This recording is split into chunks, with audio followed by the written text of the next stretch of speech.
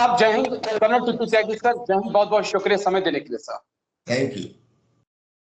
Thank you sir, शुक्रिया समय दिया आपने। सर, जिस प्रकार से कठुआ में मिलिटेंट अटैक हुआ, हमारे 5 जवान शहीद हो गए, मैं उसी मुद्दे को लेकर आज बात करने बैठा हूं आपसे। लंबा इंतजार मैं आपका कर रहा था कि आपसे टाइम मिले और बात हो। इससे पहले मैंने पुंछ राजौरी में सर पिछले 3 सालों में 2021, 22, 2023 में, 2024 में भी लगातार 4-5 के ग्रुप में अपने जवानों को खोया है सर। मैं उस दर्द को समझ सकता हूं। मैंने 17 साल वो वर्दी पहनी है।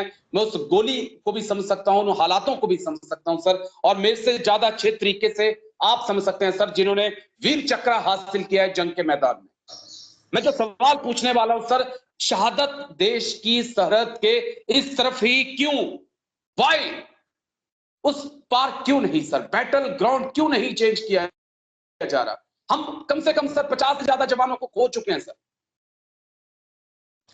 बिल्कुल ठीक कह रहे हैं राजेश जी आप। ये दुर्भाग्य है, जब युद्ध नहीं हो रहा तो एक भी सैनिक की शहादत क्यों? पहला सवाल तो यही उठता है। दूसरी बात, बैटल फील्ड चेंज करना आर्मी की एक टैक्टिक्स है। याद कीजिए 1965 के युद्ध में जब कश्मीर के ऊपर दबाव बढ़ा तो हमने पंजाब बॉर्डर को खोला और हम लाहौर तक इछोगिल कैनाल तक पहुंच गए थे। वो तो दुर्भाग्य से सीज फायर करना पड़ा। यानी बैटल फील्ड को चेंज किए जाने का मतलब न केवल आर्मी टैक्टिक्स है बल्कि जैसे को तैसा एक जवाब देना भी है।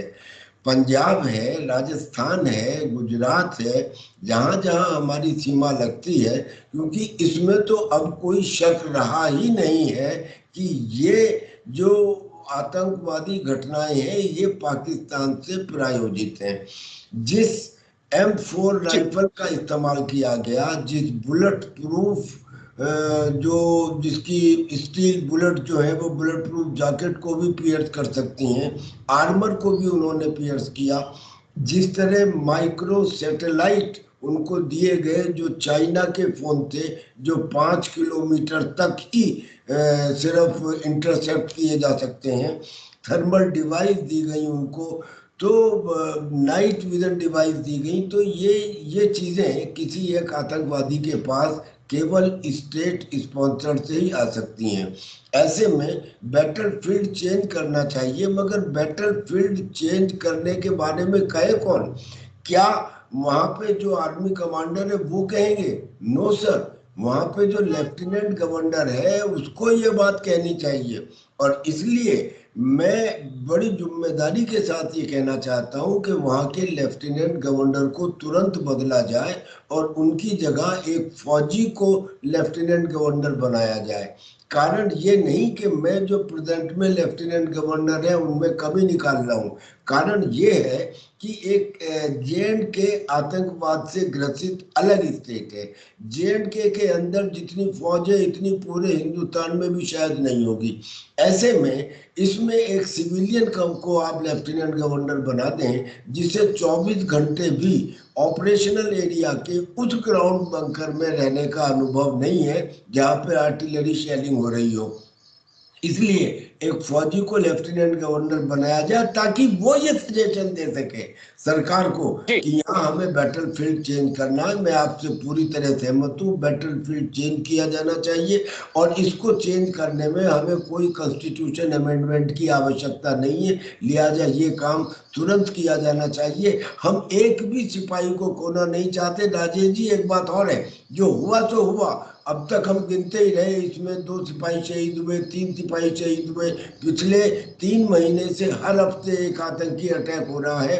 अब इसमें और एक और प्रॉब्लम है, जानकारी और आशंका है कि करीब 60 ऐसे मिलिटेंट उस एरिया में एक्टिव हैं और ये भी जानकारी और आशंका है कि वो पाकिस्तानी आर्मी के सिपाही हैं। और ये भी आशंका है कि वो खाली पाकिस्तानी आर्मी के नहीं बल्कि बैट यानी कि बॉर्डर एक्शन टास्क के सिपाही है, यानी कि जिनको स्पेशल जंगल वारफेयर में ट्रेन किया गया है। अब अगर ऐसे लोग हैं तो आशंका ये है कि इसकी पुनरावृत्ति होगी। और पुनरावृत्ति नहीं होनी चाहिए। इसलिए जो आपने सजेशन दिया है कि बैटलफील्ड चेंज किया जाए, मैं इससे पूरी तरह सहमत हूं और चाहता हूं कि जल्दी से जल्दी इस पे एक्शन हो। मैं 2-3 सवाल और बड़े अहम सर, मैं एक चीज और छोटा सा रिमार्क आपसे चाहूंगा, फिर मैं अगले सवाल पे जाऊंगा। क्या एनएसए, डिप्टी एनएसए और उनके अंदर जो लोग काम कर रहे हैं, क्या हम वहां पर एक रिटायर्ड आर्मी जनरल को नहीं देख सकते हैं? क्या एक सेवा में जो जनरल है उनको नहीं देख सकते हैं? क्या आईएएस, आईपीएस यही देश की आर्मी को चलाएंगे? इन्हें क्या मालूम सर कि हम किन चीजों से सामना कर रहे हैं? दिल्ली के एसी रूम में बैठकर यह समझना कि पीर पंजाल के जंगल में क्या चल रहा है संभव नहीं है सर। बिल्कुल सही कह रहे हैं आप। और इसीलिए इसीलिए हम और एक कदम आगे आके बोलते हैं कि जिस अग्निवीर योजना का लोग विरोध कर रहे हैं, मैं कहता हूं वो अग्निवीर योजना सिविल सर्विसेज के अंदर भी लागू होनी चाहिए। 4 साल के दरमियान हमको पता लग जाएगा कि कौन आईएएस इनकम्बेंट, कॉम्पिटेंट, ऑनेस्ट और डिवोटेड टू ड्यूटी है, और जो बाकी 3 है या 2 है उन्हें निकाला जाएगा और एक को रखा जाएगा। आइए, हमारा दुर्भाग्य ये है कि हमारा डिफेंस मिनिस्टर सिविलियन, हमारा डिफेंस सेक्रेटरी सिविलियन। अगर वहां पे फौजी हो तो वो समझे, एक सिविलियन को ये नहीं पता कि आर्टिलरी गन में और हॉविट्जर में क्या फर्क है। एक सिविलियन को ये नहीं पता कि मौत और खतरे और दुश्मन के सामने एक सिपाही कैसे बिहेव करता है, वो उस चीज को भांप ही नहीं सकता। उसके लिए पूर्व सैनिकों का इस्तेमाल किया जाए। और मैं कहता हूं हर पूर्व सैनिक अपने आप में एक जिंदा शहीद है, वो मरा हो या ना मरा हो, इसे तो आप छोड़ दीजिए। क्या ये सच नहीं है कि वो लंबे समय तक विषम परिस्थितियों में रहा है? क्या ये सच नहीं है कि उसने बैटल इनोकुलेशन टेस्ट को झेला है, जिसमें गोलियों के नीचे से गुजरना होता है? क्या ये सच नहीं है कि वो मौत और खतरे और दुश्मन के साए में रहा है कहीं ना कहीं अपनी सर्विस के दौरान? हाई एल्टीट्यूड में भी रहा है और रेगिस्तानी इलाके में भी रहा है। यानी जो पूर्व सैनिक है उसको वो दर्जा देना चाहिए, क्योंकि उसके पास एक नए सैनिक के मुकाबले अनुभव भी है, ईमानदारी भी है, प्रशिक्षण भी है, अनुशासन भी है। वो आपकी देश की धरोहर है, उसमें ताकत है। तो आपका ये सुझाव तादाद से ज्यादा, मैं 100% से ज्यादा सपोर्ट करता हूं कि जेएंडके के अंदर जो इस सिलसिले से डील करने वाले अधिकारी हैं उनमें टॉप रैंक में पूर्व सैनिकों को रखा जाए, और वहां का लेफ्टिनेंट गवर्नर भी एक पूर्व सैनिक ही होना चाहिए। जी सर, एक पॉइंट और बड़ा अहम निकल कर आ रहा है कर्नल टीपी त्यागी सर, क्योंकि आतंकी अटैक कर रहे हैं, जो हम तब्दीली देख रहे हैं वो अम्बुश लगा रहे हैं। गोरिल्ला वॉरफेयर में तो महारत था, लेकिन वो अम्बुश में भी महारत है उनके पास। वो अटैक कर रहे हैं, सामने से अटैक कर रहे हैं, ड्राइवर को निशाना बना रहे हैं, गोली कर रहे हैं और गायब हो जा रहे हैं। लेकिन जंगल में गायब होना बिना लोकल गाइड के मुश्किल है सर। हमें अपने जयचंदों को, स्लीपर सेल को, ओजीडब्ल्यू को तलाशना होगा, कानून में परिवर्तन करने होंगे कि जो सजा आतंकी को मिलेगी वही सजा ओजीडब्ल्यू और स्लीपर सेल को भी मिलेगी, फिर वो सजा चाहे फांसी की क्यों ना हो सर, क्योंकि जिम्मेदारी उनकी है सर, वो भी जिम्मेदार उतने ही है सर। राजेश जी, आप मुझे एक बात बताइए कि अभी पिछले 2-3 इंसिडेंट में जब उस श्रद्धालुओं की बस के ऊपर अटैक हुआ तो पता लगा कि एक व्यक्ति ने केवल 6,000 रुपए के लालच में उसकी लोकेशन बता दी। जब दूसरी अटैक की घटना सामने आई तो पता लगा कि एक मकान के अंदर, बेडरूम के अंदर, अलमारी के नीचे बंकर बना हुआ है। और जब अभी तीसरी घटना हुई तो इसमें पता लगा कि एक गाइड ने आतंकियों को बताया था कि कहां पे अटैक करना है। यानी इसमें कोई शक ही नहीं है कि 144 करोड़ के देश में 4 आतंकी आए और हमला करके चले जाए, संभव ही नहीं है। ये तभी संभव है जब उनको स्लीपिंग सेल या ओवरग्राउंड वर्कर मदद करें। लेकिन कहानी यहाँ खत्म नहीं होती। असलियत में हम पत्ते में और डाली में अटके रहते हैं। हम अगर जड़ को उखाड़ेंगे तो जड़ कहाँ मिलेगी? इन आतंकियों के स्लीपर सेल को प्रोत्साहित करने वाले कौन है? वो पॉलिटिकल लीडर्स हैं। और वो कौन पॉलिटिकल लीडर है? मान लीजिए 10 हो। मैं एक उदाहरण देता हूं। मेरा उदाहरण ये है कि कश्मीर में वो कौन सा मेंबर ऑफ पार्लियामेंट है जो 7% वोट पर जीता है केवल? वो कौन सा मेंबर ऑफ पार्लियामेंट है जिसने खुद होके ये कहा कि पाकिस्तान ने कोई चूड़ियां पहन रखी हैं, पाकिस्तान के पास एटम बम है? वो कौन सा मेंबर ऑफ पार्लियामेंट है जिसने ये कहा कि अगर चाइना का रूल हिंदुस्तान में आ जाए तो हमारे लिए वो ज्यादा अच्छा है? और वो कौन सा मेंबर ऑफ पार्लियामेंट है जिसने अभी हाल की घटनाओं के बाद मजाक उड़ाते हुए ये कहा कि 370 हट गई, देख लो ना, आतंक तो फिर भी है, आतंकी तो फिर भी जिंदा है। यानी कि और एक ट्रांसपेरेंट और विचारों के प्रति ईमानदार होने की वजह से मैं कहूंगा कि उसका नाम है फारूक अब्दुल्ला।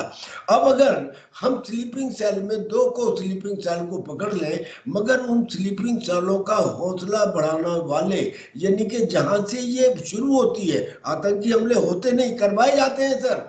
और उसमें मैं एक नाम आपके सामने दे रहा हूं, एक आदमी के खिलाफ अगर आप एक्शन ले लें, उसको जिंदा रहने का या जेल के बाहर रहने का कोई हक नहीं है। एक पे आप एक्शन ले लें, बाकी चीजें ऑटोमेटिक ठीक हो जाएंगी। वो ये कहते हैं कि अरे साहब बातचीत कीजिए, पाकिस्तान से डायलॉग कीजिए। राजेश जी आप मुझे सुन पा रहे हैं? राजेश जी मुझे सुन पा रहे हैं आप? जी सर, जी जी जी जी। वो ये हाँ जी, कहते हाँ जी हैं, सर, बोलिए। वो ये कह रहे हैं कि डायलॉग कीजिए। अच्छा, हमने डायलॉग कब नहीं किया? अब हमारे सारे प्राइम मिनिस्टर, जवाहरलाल नेहरू ने इंडस वाटर ट्रीटी के समय पाकिस्तान से बात करके उनके हक से ज्यादा उन्हें पानी दिया। लाल बहादुर शास्त्री ने हाजी पीर पास को जीतने के बाद भी उनको वापस कर दिया। इंदिरा गांधी ने जीतने के बाद भी 93,000 सिपाही उनको वापस कर दिए। और अटल बिहारी वाजपेयी तो बाकायदा बस लेके लाहौर तक गए। और नरेंद्र मोदी भी नवाज शरीफ के एक रिश्तेदार की शादी में वहां अनशेड्यूल्ड उतरे। यानी कि हमारे सारे प्राइम मिनिस्टर ने उनकी तरफ बातचीत का हाथ बढ़ाया, मगर हर बार उन्होंने पीठ के अंदर छुरा घोंपा। तो अब कब तक उनसे बातचीत करते रहे? लिहाजा अब ये तय कर दिया गया कि गोली और बातचीत साथ साथ नहीं हो सकती। इसलिए जो लोग इस बात का समर्थन करते हैं कि बातचीत करनी चाहिए, या तो वो अनभिज्ञ हैं या वो देश के प्रति वफादार नहीं है। और इस श्रेणी के अंदर भी फिर दोबारा वही नाम आता है, फारूक अब्दुल्ला। मैं कहता हूं एक एक्शन तो ले। और मेरी बात को इसलिए माने कि मैं उधार की जिंदगी जी रहा हूं, मर गया होता जब वीर चक मिला था, लेकिन आज हूं, तो मैं सरकार से ये रिक्वेस्ट कर रहा हूं कि एक एक्शन आप लीजिए। अगर 15 दिन के अंदर आपको फर्क ना दिखाई दीजिए तो कहिएगा। ये बाकी जितने स्लीपिंग सेल है इनको सबको इबरत हासिल हो जाएगी। ठीक है सर, बस एक आखिरी पॉइंट थोड़ा समझाइएगा। हम शिफ्ट ऑफ मिलिटेंसी का शिफ्ट देख रहे हैं सर। एक कश्मीर में था, कश्मीर से फिर वो हमने देखा पुंछ राजौरी की तरफ बढ़ा। वो वैली बहुत गर्म रही पिछले 2-3 सालों से। उसके बाद अब डोडा और कठुआ वाला जो ये इलाका है, यहाँ पर हम मिलिटेंसी को बहुत एक्टिव देख रहे हैं। तो क्या एक प्लान के तहत काम किया जा रहा है, या ये माने कि जहां से प्रेशर पड़ रहा है मिलिटेंट दूसरी जगह बढ़ रहे हैं, दूसरी जगह प्रेशर पड़ रहा है तीसरी जगह बढ़ रहे हैं, लेकिन फिर हथियार लेके इतनी आजादी से घूम कैसे रहे हैं? किसी की नजर नहीं पड़ रही है उनके ऊपर सर? आपने ये बहुत ही बढ़िया सवाल पूछा है राजेश जी। सच ये है कि इसमें केवल पाकिस्तान नहीं, इसमें चाइना भी शामिल है। उसके कारण तो आप जानते हैं, जो चाइना पाकिस्तान इकोनॉमिक कॉरिडोर है वो पीओके से गुजरता है, पीओके हमारा है। चाइना को ये डर है कि कल को अगर सारी चीजें इंडिया के फेवर में हो गई तो वो हमको टर्म डिक्टेट करेगा। एक तो ये डर। दूसरा, चाइना को ये भी है कि एलएसी के ऊपर इतने कम समय में हिंदुस्तान ने मिरर डिप्लॉयमेंट कर दिया। अगर मेरे 60,000 है तो हिंदुस्तान के भी 60,000 है। अब वो जो 60,000 सिपाही थे उसमें बहुत सारी फौज इस एरिया से, यानी कि पीर पंजाल रेंजेस के वेस्ट और साउथ से हटा के एलएसी पर भेजी गई थी। उन्होंने पाकिस्तान को इंस्टिगेट किया कि now you shift to west और south of Pir Panjal ranges, और जब वहां पे आतंक बढ़ेगा तो यहाँ से सेना हटा के वहां भेजी जाएगी, यानी एलएसी के ऊपर प्रेशर कम होगा। तो इसमें चाइना का भी इन्वॉल्वमेंट है। दूसरी बात, कश्मीर के अंदर जो लोग थे, जो स्लीपर सेल थे, उनमें और हमारे फौज के बीच में एक इक्वेशन एस्टेब्लिश हो गई। उन्होंने मुखबिरी करनी कम कर दी, उनको ठिकाने कम मिलने लगे। और दूसरी बात, जो वहां के आतंकी थे, वो आतंकियों को जो पैसे मिलते थे, उस पैसे का कुछ हिस्सा पाकिस्तान को जाता था। जब उनकी आतंकी घटनाएं कम हो गई तो पाकिस्तान को पैसा मिलना बंद हो गया। तो उन्होंने आतंकियों से कहा कि आप अपना खरीदार ये काम अपने आप करो। तो उन्होंने कहा कि आप अपनी प्रॉपर्टी का इस्तेमाल करो। उनकी प्रॉपर्टी को कश्मीर एरिया में सीज कर दिया गया। फिर उसके बाद में उस प्रॉपर्टी को बुलडोजर भी चला दिया गया। अब वो आतंकी पाकिस्तान के किसी काम के नहीं रहे।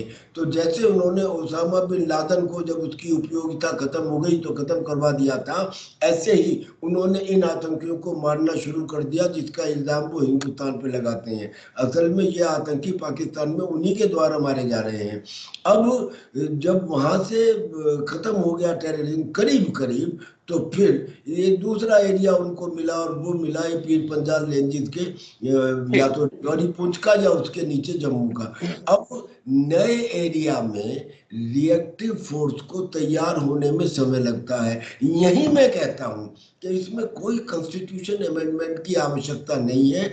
आप आर्मी के अंदर भी तो थिएटर कमांड बना रहे हैं। क्यों बना रहे हैं? आर्मी नेवी एयरफोर्स को मिला के एक थिएटर कमांड, इसलिए कि आवश्यकता पड़ने पे रिएक्शन टाइम 0 हो, हम तुरंत रिएक्ट कर सकें।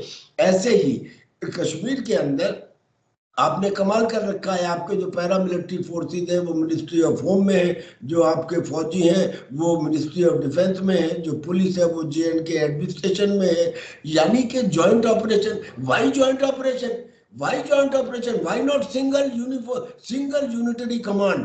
सिंगल यूनिटरी कमांड एक आतंकवाद विरोधी सिंगल यूनिटरी कमांड हो, ताकि रिएक्शन टाइम मिनिमम हो, ताकि आतंकियों को हमला करने के बाद भागने का मौका ना मिले। और अगर ऑन द स्पॉट एक्शन हो जाता है तो फिर दूसरी होने वाली घटना में ऑटोमेटिकली कमी हो जाती है। तो यानी कि J&K में एक सिंगल कमांड होनी चाहिए। पर जो आपने सवाल पूछा कि वहां क्यों शिफ्ट हो रहे हैं, इसमें 50% हाथ है चाइना का, और दूसरा ये कि जब एक जगह ये लगता है कि हम सक्सेसफुल नहीं होंगे तो वो भी बैटलफील्ड चेंज करते हैं। जैसे आपने शुरू में कहा था कि हमें भी बैटलफील्ड चेंज करने की जरूरत है, ये एक आर्मी टैक्टिक्स है, वो भी कर रहे हैं। जी सर, चलिए बहुत बहुत शुक्रिया कर्नल टीपी त्यागी सर, वीर चक्रा। शुक्रिया सर, आपने समय दिया, इतने अच्छे से समझाया सर। Thank you. जय हिंद सर।